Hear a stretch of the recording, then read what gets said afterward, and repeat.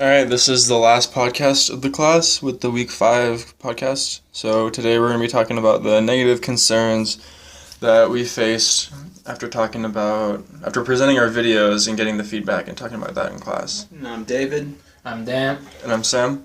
All right, and this is Week 5 Survivors.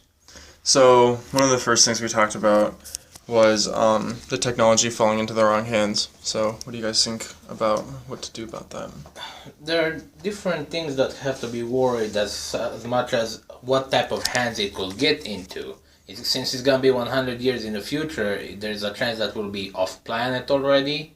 So simply putting a self-destruct module inside of it will not work because we do not know what to expect out in a cold, hard space. Right now, if it was for this era, it might work well enough. Link it to one person itself, DNA based.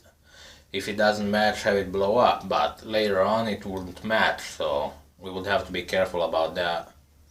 And another thing is, getting into the wrong hands I think is a concern, but at the same time, you guys can think what you want, but personally I feel like it's not too much of a problem, quote unquote, getting into the wrong hands because, it's a building material and anybody can use it, I feel it's going to go the same way as Kevlar where it's going to become ubiquitous and used in different things, military applications, civilian applications. I talked about it a bit during the feedback with the professor, but I think, this is going to be a product that eventually will become very widespread. So, I don't think there are wrong hands for it specifically. Yeah, I agree. I think anything can be used for malicious purposes, and it's going to happen regardless. So it's like taking away gun rights. Like people are going to find ways to get guns or drugs or anything like illegal and use them for malicious purposes no matter what happens. So there's not a lot that can go on with that.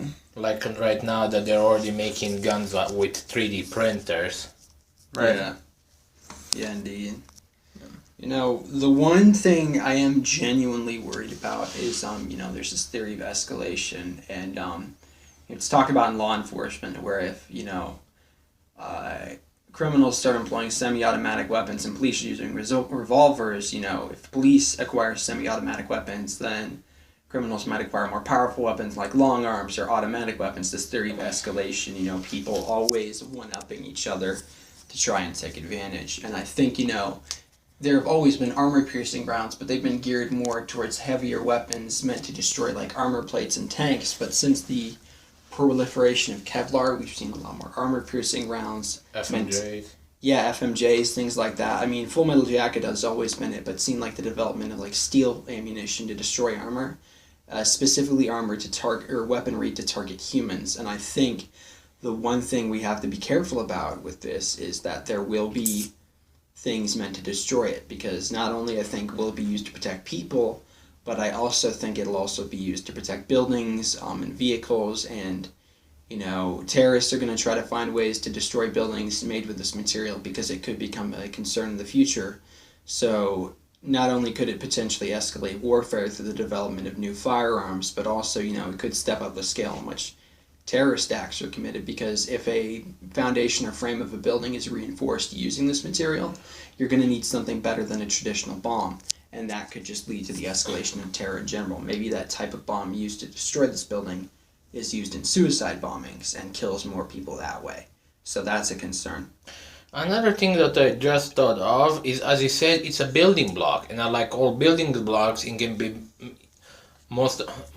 be used to make something harmful. For example, it's a hardening plus nuclearly resistant material. It can be used to make a nuclear bomb, and because of its lead induced in some different types, it could also be used to mask one as well. Yeah, I guess it could. I didn't think of it that way. Yeah, definitely. A lot of the feedback we got today was also about like pricing and the business plan that we need to take into account. And so I know we're going to address that a lot in our essay that's going to be due tomorrow, but we talked a lot about different iterations costing different prices and what the product manufacturing is going to be like, and how we hadn't really figured it out completely, and how like final things were going to look. So I know that we're all going to be taking some extra steps to think of those as over like the next day or two, I think. Yeah, we'll end up splitting up the essay, and I think I'm handling pricing right. Yeah, I think so. Yeah. All right, we'll get it done.